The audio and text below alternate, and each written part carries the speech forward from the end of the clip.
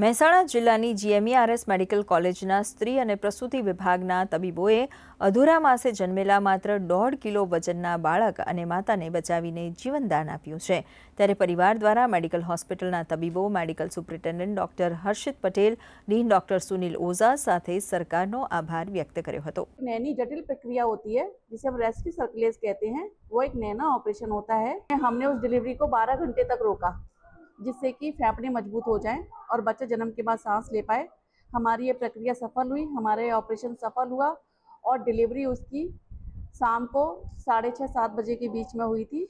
उसको female child 1.2 kg deliver हुआ और वडनगर में जो पीडियाट्रिक डिपार्टमेंट है, हमने उस बच्चे को प्रज्ञा मैम को हैंड ओवर किया और उसके बाद में अभी बच्चा ठीक है।